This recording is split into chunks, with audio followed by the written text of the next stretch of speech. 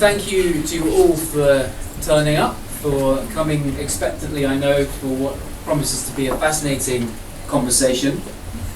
I know we've had a rather big speech this afternoon, and it's a tempting thing to get home after the speech, but I know that you'll be relieved you didn't run home, because I think tonight promises to be really exciting, thought-provoking. We had an interview last night with John Crudders, some of you may have been there. I think that was quite revealing. I think what we'll have from you, Lord Glasman, I think is particularly exciting. And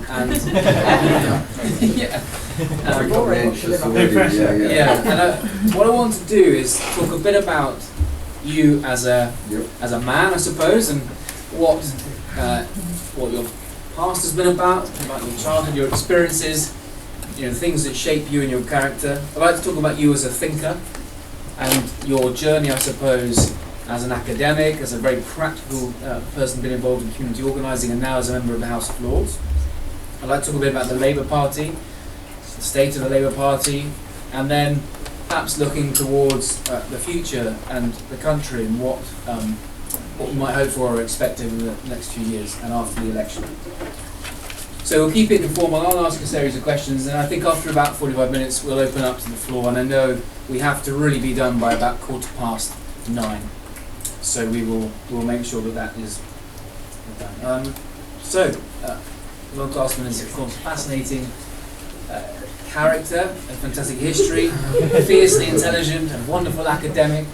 Also, as I say, deeply involved in the essence and sense of community, what it means to build community, how those principles and values apply to British politics, particularly the Labour Party. We've of course had Blue Labour and all of the debate that has emerged from Blue Labour, and we'll explore that tonight. But you recently wrote a piece actually over the summer, which was, I thought, a decent starting point for tonight. I know John, when I sent this to John, he got very nervous about quoting things that had recently written, but I thought it was a fascinating piece. And I'll read a couple of quotes just to get us in the mind frame. You said, "We need a politics that is equal to the challenge we face, and we're not getting it. Not from the Conservatives, and seemingly not from Labour either. Nowhere is this more evident than on the economy."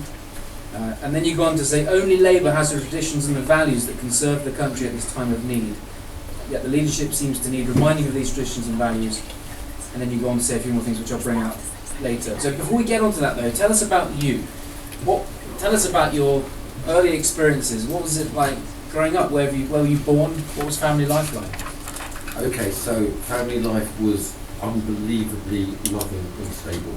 So I had massive ambivalence like that. So I had a dad who was just completely devoted to my mum. That was so basically I had a really big problem ever disagreeing with women. This was that's a very now important. this makes sense. Yeah, this is just to make a lot of sense. I remember with my first girlfriend is that the first time I disagreed with her about something, I absolutely thought I was going to get chucked. And when I realised I could get away with it, it opened up a lot of transgressive doors. So I think just talk about that. Yeah, I'd really, best not. Is she here tonight? Oh no, she's not here. That's certainly a memory of fear about disagreement. My mum was the eldest of 5 sisters, I think, is each one of whom, could have run something like NATO, and so wherever I went, there were these, and the men were incredibly small figures growing up. So I think that really didn't condition me to enter the Labour Party debate, because my life was really a story of trying to eke some small degree of male autonomy in a world that was completely dominated by women. Maybe that was a good maybe that was a good preparation for Labour. It was a Jewish family, Orthodox family. We've just had the New Year, and I was reminded of it again. There's the story that we read on New Year is 2. The first part of it is that God says to Abraham, yes, Bob Dylan, so God said to Abraham, kill me a son. Abe said, God, you must be putting me on. God said Abe, Abe said what? God said you could do what you want, Abe, but the next time you see me coming, you better run. So that was, so he went off and sacrificed his son. And the next story you read is Abraham was supposed to be the great patriarch. So the marriage was, they couldn't have children, Sarah couldn't have children, and Hagar had a son called Ishmael, and it says in the Bible that she brought up Ishmael as if she were her mother. It was a lovely scene with Hagar and Sarah loving Ishmael, and then Sarah got pregnant, and then Sarah says, got to kick the kid out. You've got to kick the kid out. And Abraham says, no, I can't do that. He's my son. And Hagar says, Abe says, what? Sarah says, you can do what you want, Abe, but. So essentially the conditions of, Jewish male autonomy, as far as I say, you've got to do what God says, and then you've got to do what your wife says. That's basically exactly where I was brought up, silently. So that was a really interesting scene, is that, and any time I tried to argue with my mum, my dad said, you know what we're going to do? She's going to accuse me of being weak, pandering to you and not, and basically, wanting popularity and not upholding strict moral values. So just do what she says if you love me. So I had to, so I had to live. I had to live with that. So really strong, really strong, extended, loving family who were Orthodox Jewish and fiercely Labour. It was a mixed family, in that my dad was.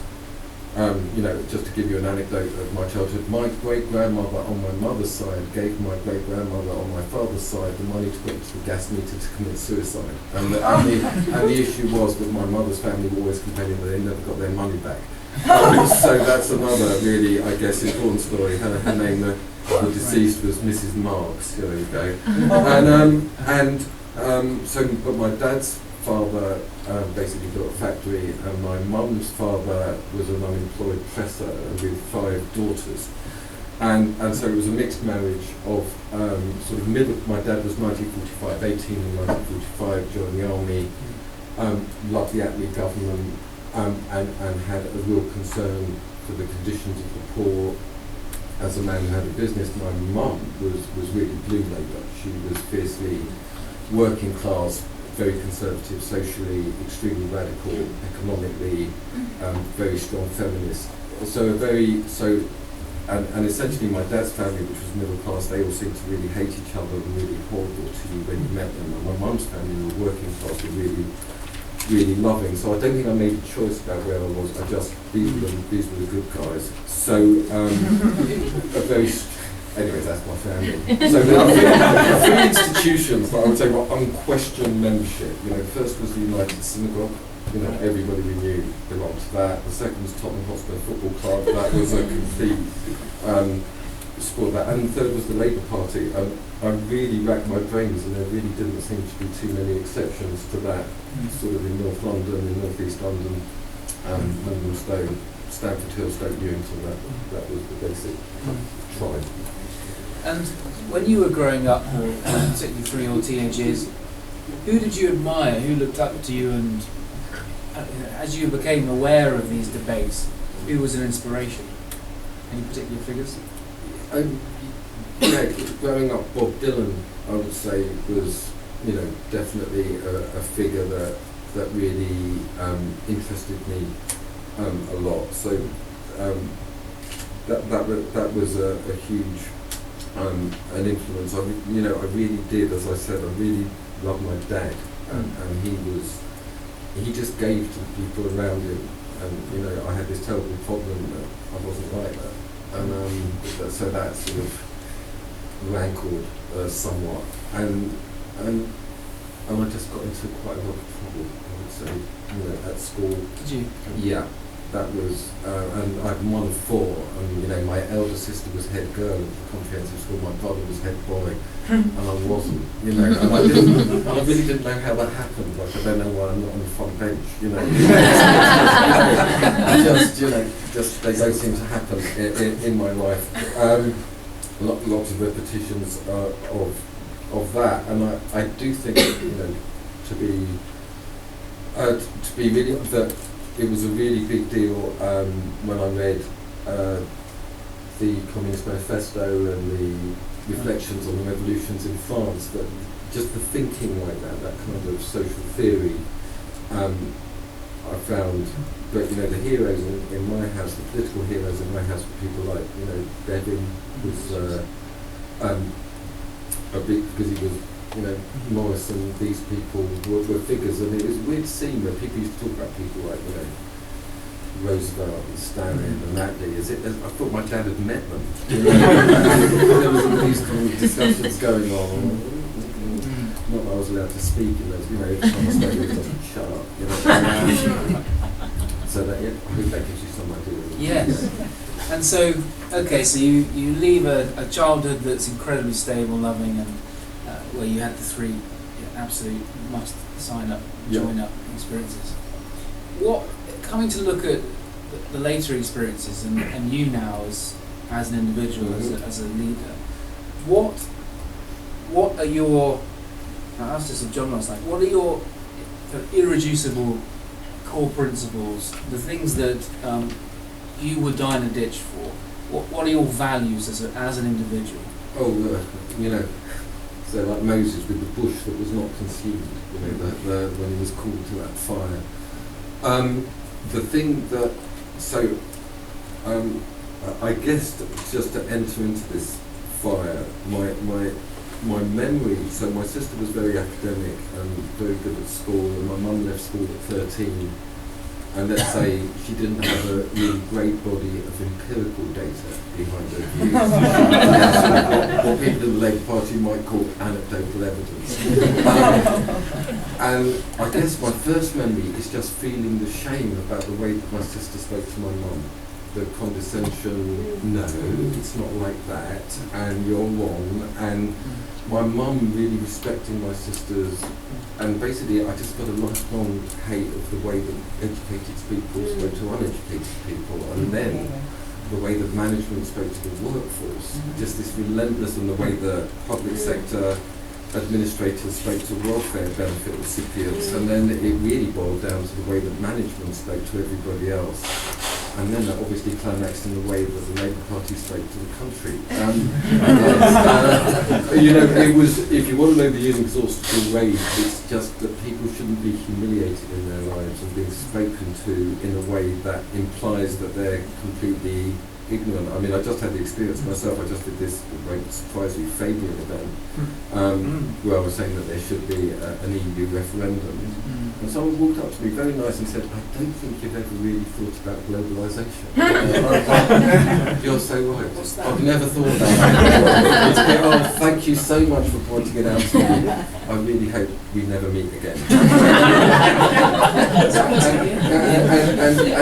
And so I just, to really share with people, that's my problem really, is that there's a real loathing of condescending, patronising, empirically based, evidential based, managerial culture that I guess is the product of the entire social sciences of our university system. So I've got a problem. How do you deal with that then, as someone right at the heart of that system? Well, I smoke.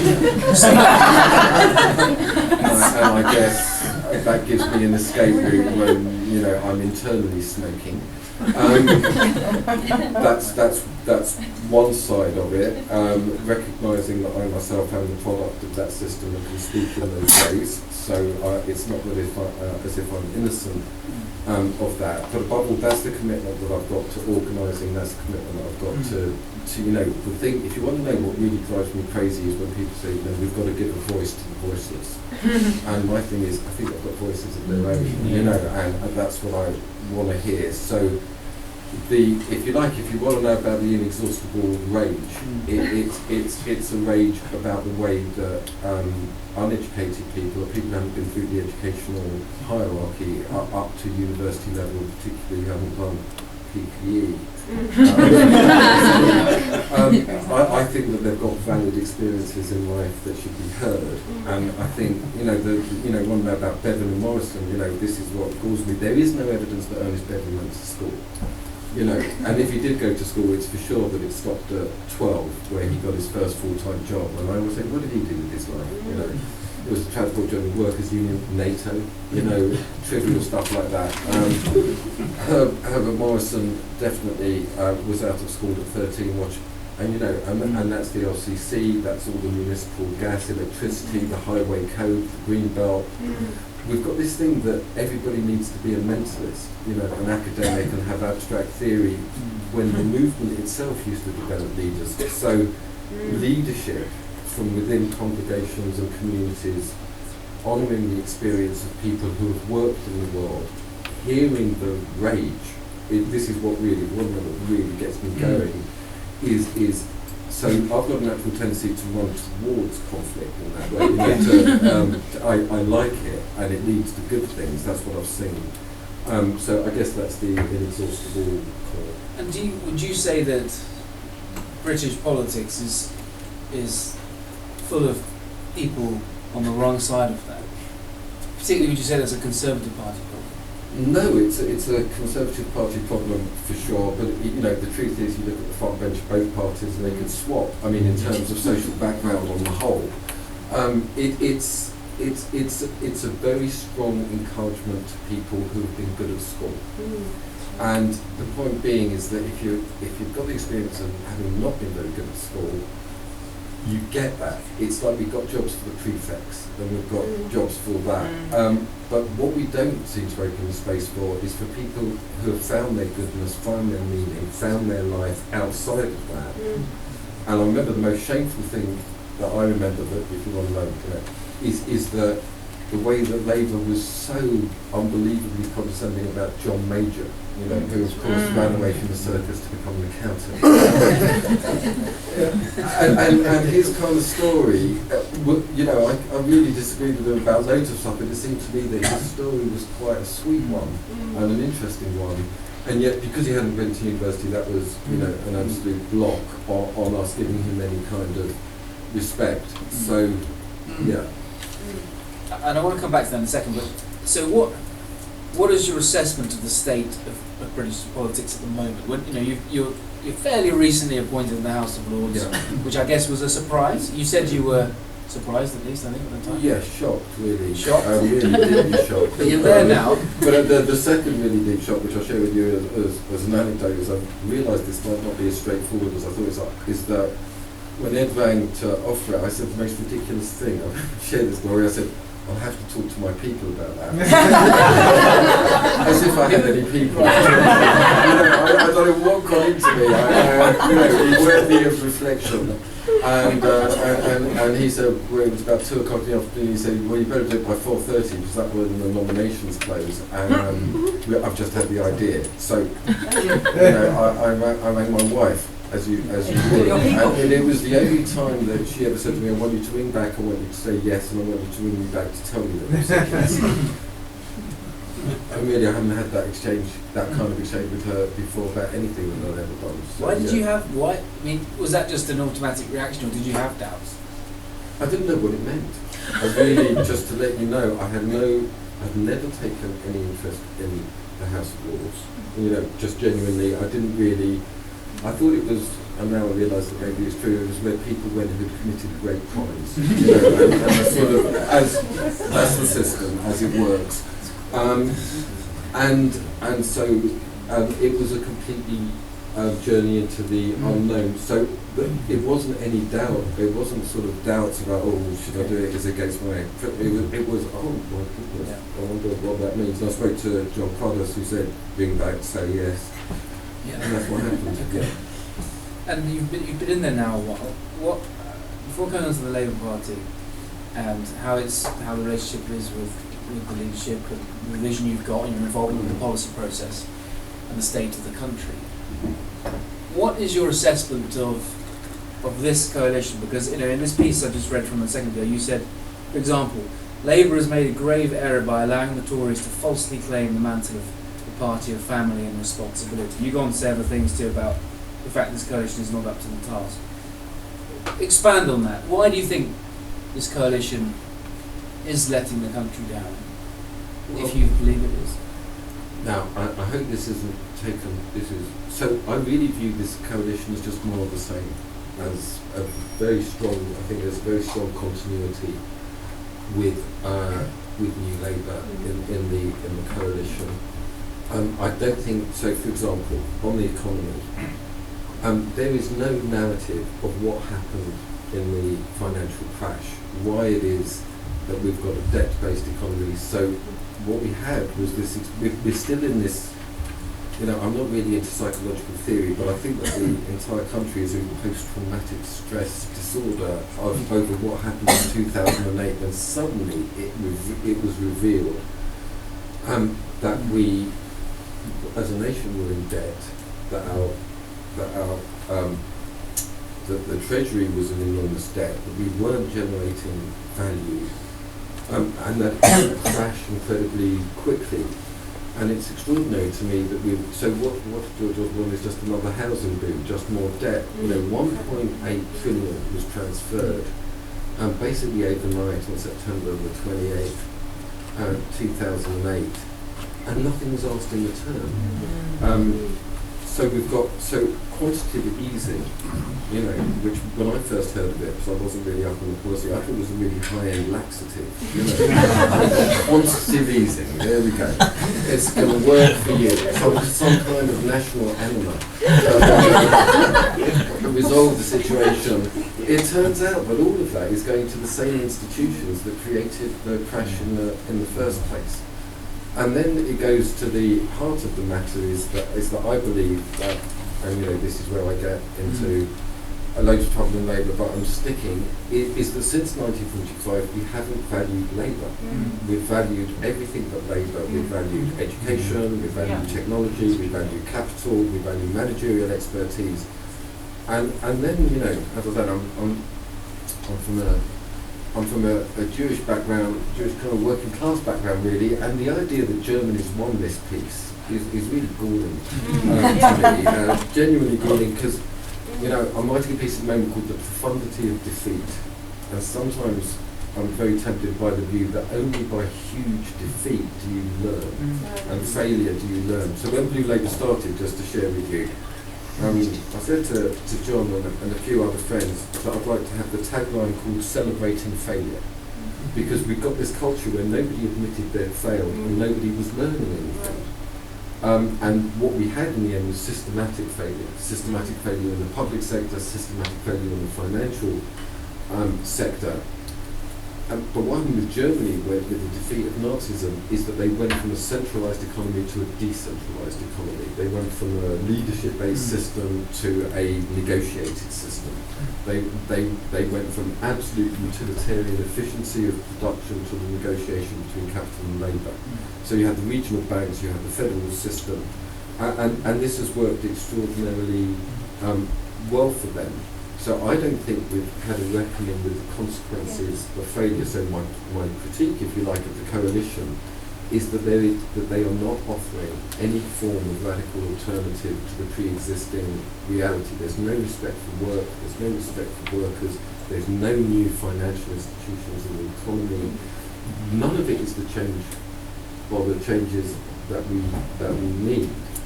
And so I also think that it's a very, I get in trouble for this as well, but I always call it the liberal-led coalition rather than the Tory-led coalition, because it's still a bunch of progressive liberals who think they know better, telling people what to do, if you know what.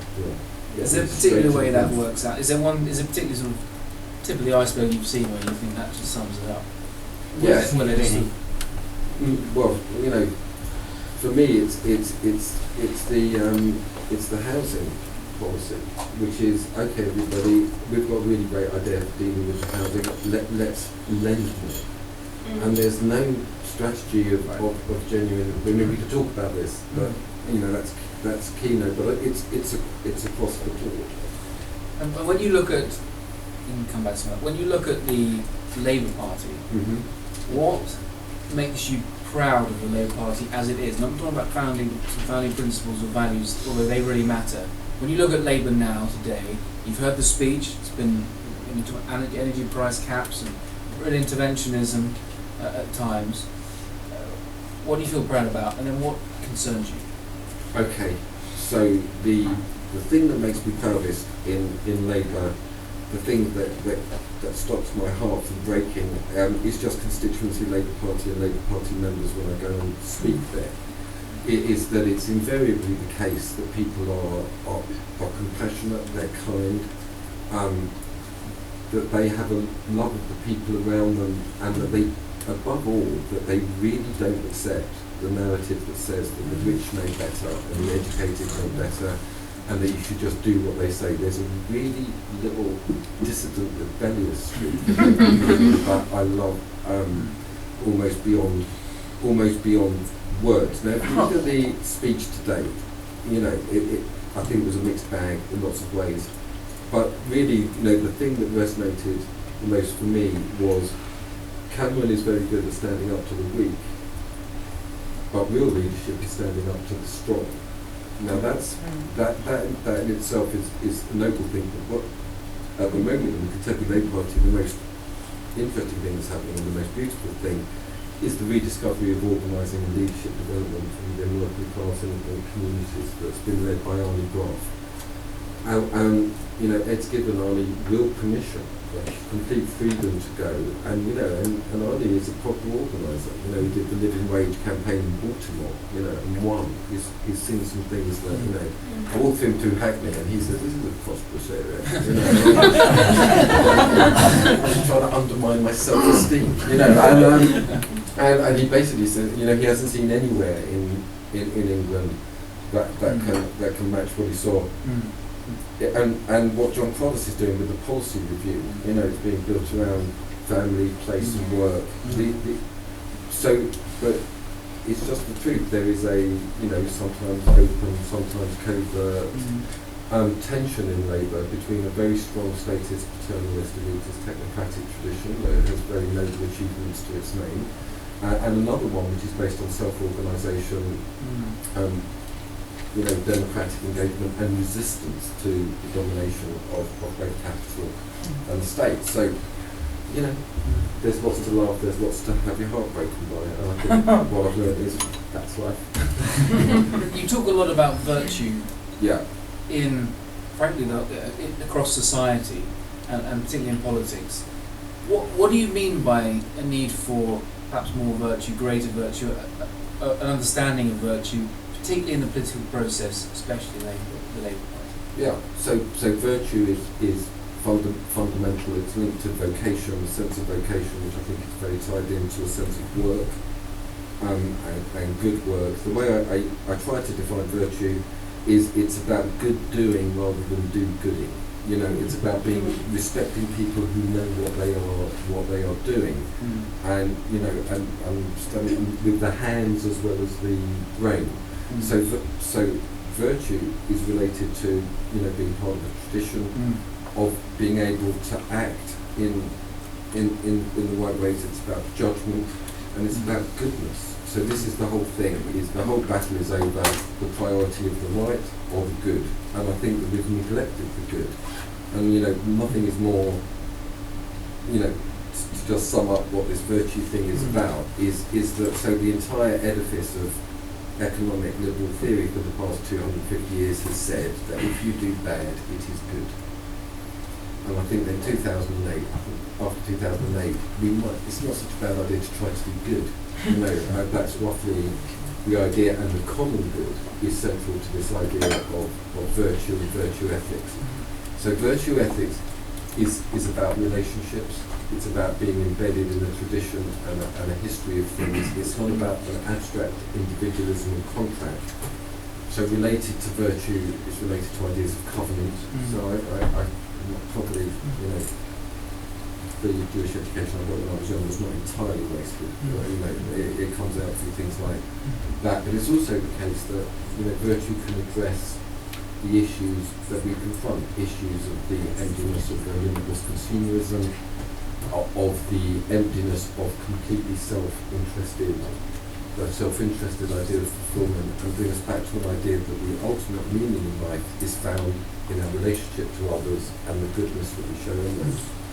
That's where it is. And you talked about the Labour process underway. John Cruddas, I know you're engaged as well. The work, family, place theme you just mentioned. How would you like to see the concept of virtue expressed in those three areas. What is it Labour could do through this process that would please you?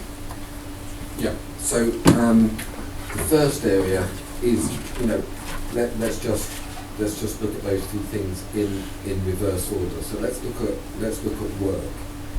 So we've had a tendency to talk about careers, to talk about professions, and to talk about money.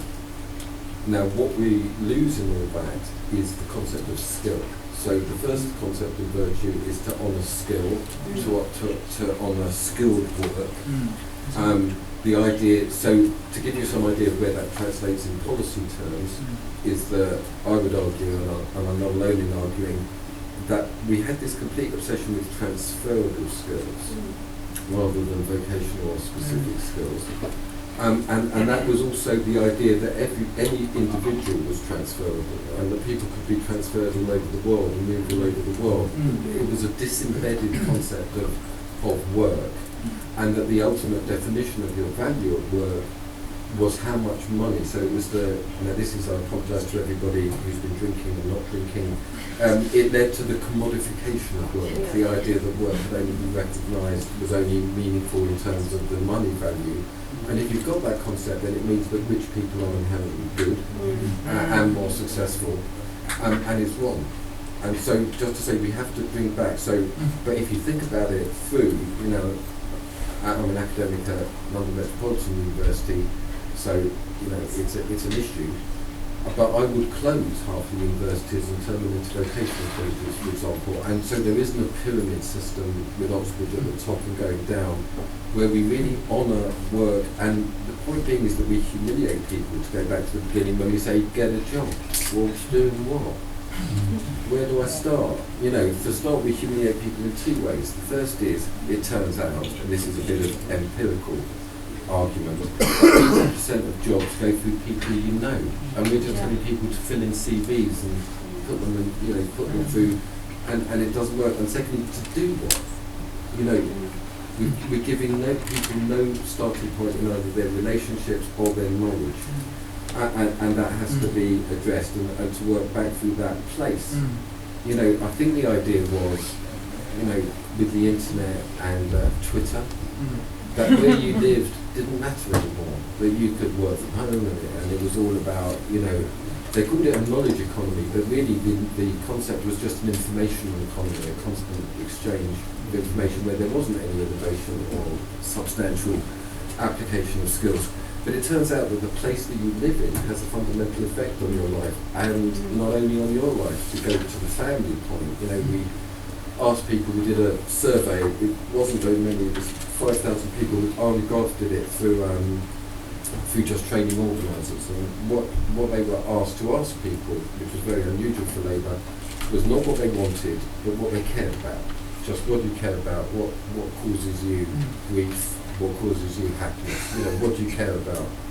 And it only came as a revelation, I think, to us, that the first thing that people cared about was their family. And when they spoke about their family, just to clarify, there was no conversation about specific. They cared about their parents and how they were going to look after their parents. They cared about their children and how for them to be virtuous, how they would be good. They were very worried about what their children would do with their lives. And they were very, perish the thought, very concerned about each other and how to keep it together in the world. And they didn't feel supported in any way in these three areas.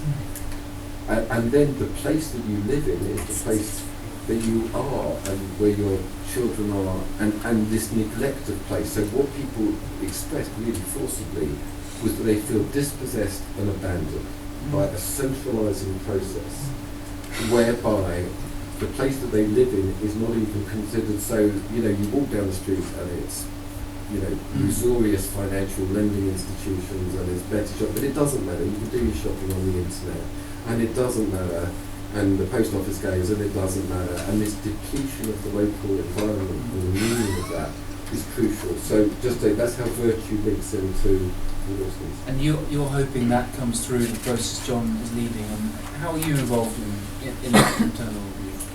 Yeah, well, with John, it's a friendship. So and it's a sort of relentless conversation. It's not just with John. It's with Jonathan Rutherford, yes, with Arnie, with a lot of people, and it's an open conversation. People can. It's not so much how the policy review goes. The policy review is actually taking very defined shape. It's of course what happens to the recommendations of the policy review that is really. How are you feeling about okay. that? Optimistic. Am I blue? That's the whole meaning of Blue Labour, is to try and not say I'm optimistic, pessimistic. Okay. I begin with a heartbroken, sad disposition, and it's not just to avoid disappointment, because the road is long and you've got to be stubborn and you've got to keep going with it. I think that really great things will come out of it. But you must bear in mind that a party is poised, there's a default position, and the default position is either the state does it or the market does it. And the idea that people could organise themselves and do it themselves. So, examples, let's say what Ed said about energy today, I would love to see leadership training, I would love to see the redistribution of assets so people can found their own energy companies in the places that they're in, doing mutuals. In housing, that's a real big opening today. Use it or lose it. Fantastic, but who are you going to give it to? I would like to see freehold, community land trusts and people raising money, raising skills to build their homes, so that they can earn and belong. The policy review, if you remember, was defined by earning and belonging, and to get those two things in simultaneous motion is quite a big deal. So it's neither, there's a real political argument going on, and I'm not expecting, outright victory, but neither is the case that we're going to be completely defeated, and it will go on. This is what I'm saying to everybody: engage with it, say what you think, be truthful, don't be cynical, don't be tactical. Just get stuck in and try to love the person who disagrees with you and see where you can build a common life. That's the whole story with organising. So what we're looking for all the time is policy. What we desperately need is politics. We need people to engage, be in a room, thrash it out, talk it through. And that was my thing. That's what community organising gave me. Living Wage was a classic example. I sat in a room with people who at the time, it was a shocking story. I sort of met this guy, Neil James, and I was trying to think about how to teach my students. That's the truth of it. Things you're not prepared for in life. I got a job at what was then London Guildhall University. I would say that 60% of my students were really Muslim, Islamic Muslim, really strong Muslim student body, and the 30% were sort of African Christians, and I was teaching political theory, if you can imagine such a thing. And I had to deal with the fact that, Jihad and Crusades had far more meaning in the room than rights, democracy. It was a different thing. So I think, they were very interested in politics. So I got involved in community organising basically as a way of trying to link up faith with politics, because they, it just, when I was at university, I didn't, but that was because I was probably stable at the time. I didn't join the Labour Club, but that was what was available. But people just joined the Islamic Society or the Christian Union. There was no Labour Club at all, and it was very disorientating. So anyway, I'm not going to say too much about my life. You can ask and I'll tell. But basically to say that to be invited on a retreat to discuss family life, I thought was going to be just about the worst experience I'd ever had. And what was amazing to me was that working people from faith congregations, they spoke about a living wage, about not earning enough to live, about not being able to be with their children, so they had to work 2 jobs, about not wanting to be on welfare. And my first reaction, to be honest, was, why don't you want to be on welfare? And they said, because it's bad. So I'm saying I had a whole education that I didn't really recount when I got involved with Labour, of where I was and what that took me to. But the point being is that the living wage came out of faith communities, came out from people, from working people in those areas. And by 2008 it got to the stage where the London citizens' economic agenda was so much more radical than where Labour was, that I had to really, I had to genuinely rethink what I was about. And is Blue Labour still still moving, and then what kind of state is Blue Labour in? It's been at times controversial. At times, yeah. But at times it's been really thought-provoking too. So yeah, I think they're related.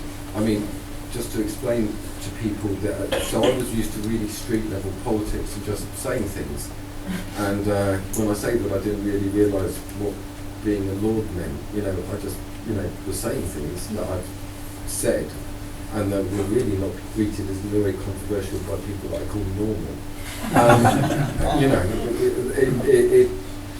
It really wasn't, and yet suddenly I found myself in a swamper of sort of media storms. So the only thing I could think of doing was, for a while, was not saying anything, but that wasn't really a durable solution. So Blue Labour, it's completely beyond my control now, and certainly beyond my leadership to control. It just grows, and what grows is not Blue Labour, it's this politics of the common good. It's this idea that we've got to be much more paradoxical and less rationalistic in our thinking. So the whole idea with Blue Labour is that we should be and honour the meanings of life that are beautifully honoured in the conservative tradition, but they're only honoured in the political sphere. When did you ever hear, this is my point to you about the coalition, so you could talk, I had this argument with Jesse Norman that's now been going on perhaps too long. So Burke, he's just written this book on Burke. So if you look at Burke, who's the theorist I love, he speaks beautifully about tradition, about honour, about virtue, about faithfulness, about duty, about obligation in the political sphere, but he doesn't extend it to the economy. This is entirely wrong. This is the fatal sin of the conservative tradition in Britain, is that it's always been liberal economically. And what we've got to do is get some sense of Blue Labour is just about extending those concepts that are very meaningful to people, so that there is a human life of dignity in the economy as well. I mean, this is the hardcore stuff. So, very surprising things happen. So recently I was asked to give probably a story worth telling. Is that I was invited over to the Vatican to give a talk on Catholic social thought, which is a huge part of this, which is simultaneously critical of a centralised administrative state and of a deregularised, capitalist-dominated economic system. And I gave the basic Blue Labour, explained what Blue Labour was, explained the position. The Pope was there, it was quite intense. What I would say, the Pope was there, and then the cardinals were in two rows, and new Pope. The new Pope, and it was in a room called the Cancelleria, which was where the Pope used to dispense justice. Just to inform you, it's got hundreds and hundreds of images of naked women wearing blindfolds, things that you would never expect to see. I was like, for a while, I was, wow, this is really far out. And nothing as far out as what happened to me next. So I realised it was just like being at the Labour Party. It was. I just walked into an argument, right? And I was obviously invited as part of that argument, but I didn't realise. I thought I was going to speak to 12 academics about Catholic social thought and British politics, and ended up speaking to 400 people, which included the Pope and his 20 cardinals. And so I was mildly hyperventilating. So this is good. I lived in Italy for 6 years. I did my PhD in Florence. And that's a really important part of the story, actually. Well, I discovered simultaneously Machiavelli and Catholic social thought kind of fitted together quite well. And that was the sort of theoretical basis, and through that Aristotle, so virtue is carried and the common good is carried simultaneously through city government, universities, the communes, the city self-government, and through the church. And Blue Labour is just about the reconciliation of those two traditions in resisting the domination of abstract forms of domination. So there's no way that I can stop this. So what was really interesting with this debate, so I gave the Blue Labour position, explained what it was, said so it's based on recognising the strengths of the German economy, the representation of workers on boards, so that it's non-dominant but significant, the vocational regulation of labour market entry, so that apprenticeship and vocation have genuine meaning, the establishment of regional banks, so that capital was constrained to members in this region and not had what we had, which was enormous centralisation of financial power in the City of London, which then, of course, got completely blown and that we had to bail them out. Went for all of this and, said it, and there was a very polite round of applause, and then this American guy stood up and said, well, Baron, he wasn't he was obviously an American Catholic from the sort of Paul Ryan wing, maybe, and said, well, Professor, Lord, Baron, whatever you are. And, I'm just standing on the stage on my own, Jewish boy from Brighton, quite far from home at this stage. And he says, as far as I'm concerned, what you're saying is communism. Just pure, unadulterated communism. Now, if you knew my politics, you'd know that I've got real problems with communism. I have really deep, profound, factional, sectarian, labour hate problems with communism. As soon as I hear it, I start, no. And it's communism, and I've got just stood there. And then because you can't make up life, a guy called Cardinal Marx. He was the Cardinal of Bavaria and previously the Bishop of Munich. And this is where I thought, I don't know what taking acid is really like.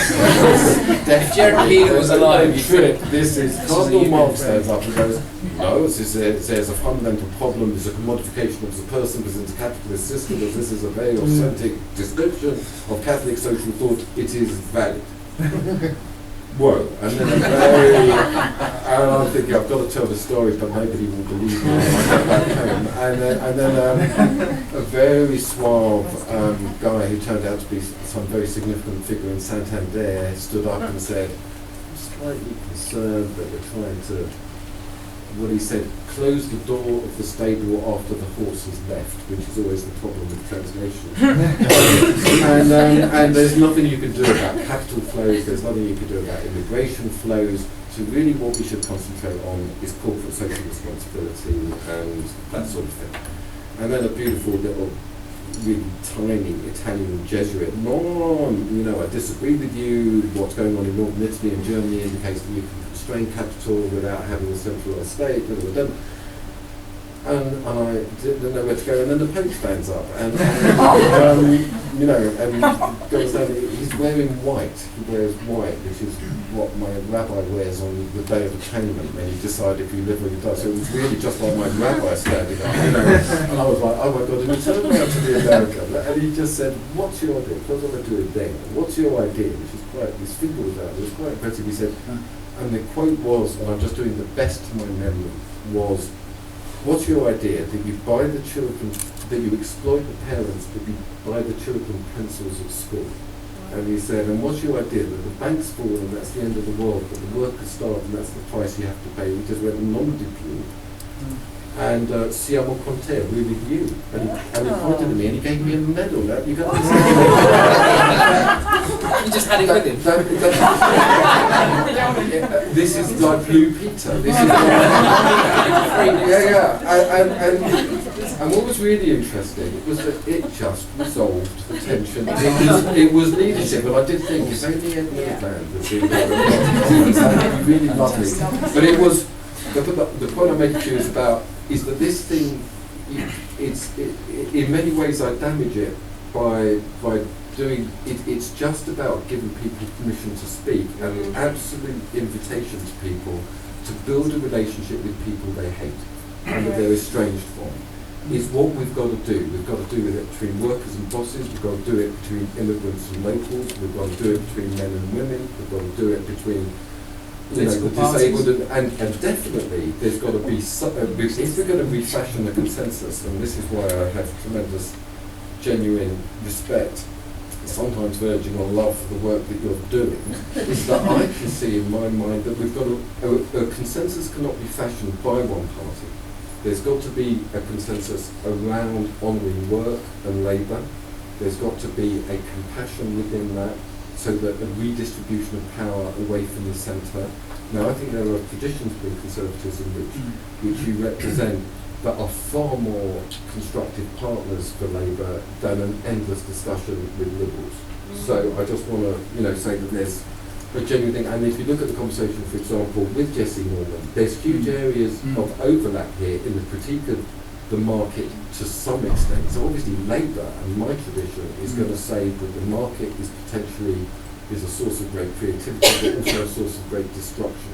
And it gives incentives to vice, selfishness, self-regarding, greed. None of this is good, and none of this can lead to good. No good, my mum's favourite phrase, Maurice, and no good can come of it. No good can come of it, and I know. But equivalently, and it's lovely to see Sue, and I really want this conversation to continue simultaneously. I think there's humiliation in the welfare system, and there's got to be always reciprocity, give and take. There's got to be responsibility. These are huge things that we've forgotten. So if in a caricature form, Labour, you could see, got to a position where it said that nothing was anybody's fault, and the Conservatives got to a position where everything was the fault of the poor, right? And this is nowhere to be. And I really want to honour the fact that with the genuine sincerity of your compassion, and if there's also going to be, look, how many traditions have we got that can resist the domination of capital? Postmodernists think there's myriad sonnets of contestation, but the reality is we've got socialism and the Labour tradition, we've got Christianity. That's not an accidental story I told. That's the position of the Catholic Church. I really want to honour Justin Welby with this stuff on Wonga. You want to know the source of my heartbreak? Why am I blue? Today, I would have just liked to hear, and what about payday loaning, 4,500, 500,500%, and to join, and Labour and the Church, which is happening on the ground, building institutions that offer working people a way out of usurious exploitation and honours their dignity and their responsibility. So, there's huge space for the good to emerge, and I just want to, if I get in the way of that sometimes, I just want to apologise. It's not what, as my mum used to say, there's two kinds of idiot, and the worst idiot is the one that thinks it's not their fault. And I have to live with that. Well, we appreciate what you said about the CSJ, and we've actually got some work at the moment on debt to pay, so we hope it's going to make a contribution. This is the really interesting part of the story. So you have to push us so that we're not evasive, so that we talk about obligation, duty, family, responsibility in ways that are meaningful. And we've got to push you to recognise that the market, and particularly finance capital, is a source of vice, and there are situations where people are simply, well, how did the Pope call it? This Pope said, what is usury? Beautiful phrase, he says, usury is just the way that the rich prey upon the misfortunes of the poor. Bless. For me, that language is Labour language. It's just the way, and we have to build institutions. And to get, what I'm saying to you is, I think that there's a beautiful and virtuous space if people, and we've got to fashion that space, and we've got to ride the wave of hate, which is the necessary corollary to all of this, which on the whole is completely consolidated in the comment spaces and comment is free, that kind of space, and fashion a different political centre which honours working people, honours duty, obligation and virtue, and recognises that the market is as big a threat to virtue as the centralised administrative state. It's that space that I really would love to fashion together. I think that's a really good challenge. I think it's probably a good moment for me to stop asking questions. I would like to use the next 20 minutes to open it to all of you. But thank you so much for all of this, because